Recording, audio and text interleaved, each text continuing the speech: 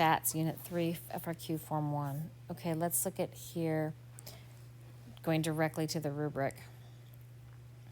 All right, so the first thing, remember it gave us a hotel rooms, and you are going to, and it, it already had them already numbered for you. So you don't have to say, for this point here, you don't have to say number each room because they were already numbered for you. If in the description you talked about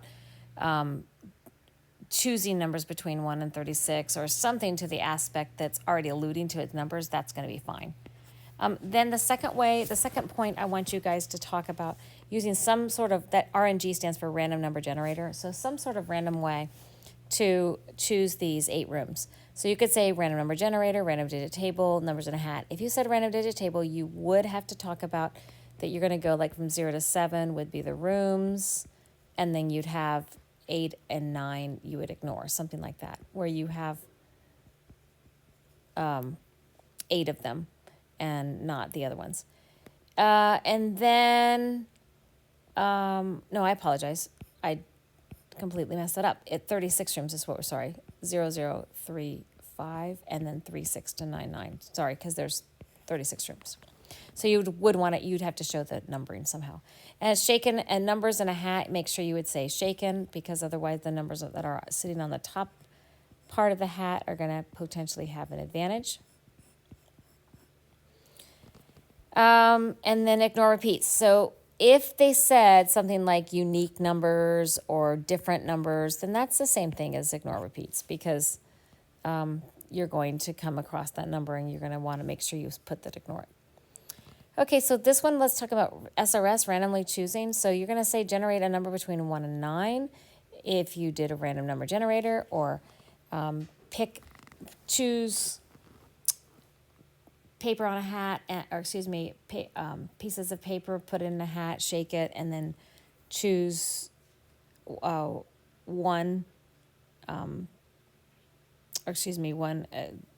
those papers or whatever. So then the second thing, use calculator, computer generator, or table for random digits. So this one is where we're doing all the hotel, so you're doing cluster, right? So really, essentially what you're doing is you've got your hotel rooms, 1, 2, okay, and you had different floors. But you would essentially be choosing 2 hotel rooms, or 2 hotel floors, excuse me, and then you're going to be doing all the floors in that room. And you need to say no repeats, or 2 different numbers, or unique numbers, or things like that. And the main thing here is that all 4 hotel rooms on the 2 floors are corresponding to the selected integer. So it could have been 2 hotel rooms here, or, which is fine, but any 2 hotel rooms. The reason why you need a sample of children that occupy the hotel rooms is because you need to come up with something. It could be different than this completely, but you need to come up with something.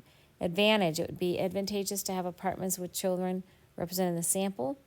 A disadvantage to cluster, because the sampling procedure in Part A could produce a sample with no children. And so, I could not necessarily have children in either one of those. For example, cluster of the apartments on the 3rd and 6th floor would consist of entirely apartments with no children. Stratified random sampling, there are 2 strata and apartments. The children, where I am guaranteed to have children versus not children. We're in cluster, I am not. All right, so the next one, class income. So this, I apologize, it said Seattle and then Cherry Valley, but we're just going to say it's Cherry Valley the whole time.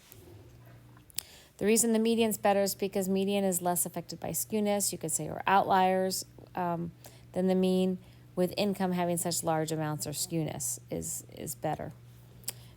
Which one did you like to? Method 2 versus method 1. I said method 2 because a sample obtained from method 1 could be biased, voluntary response bias.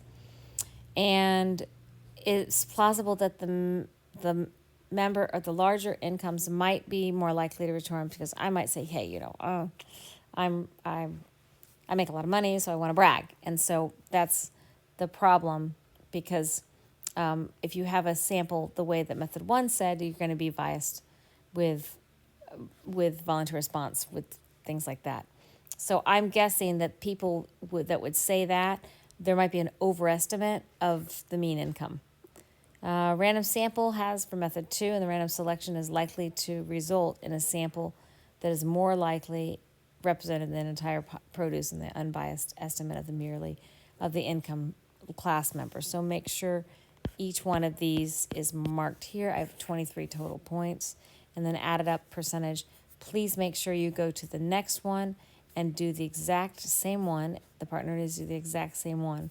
And if it's the exact same one, and then you guys will be fine, and you graded well. So make sure you grade well as well. All right, thank you so much.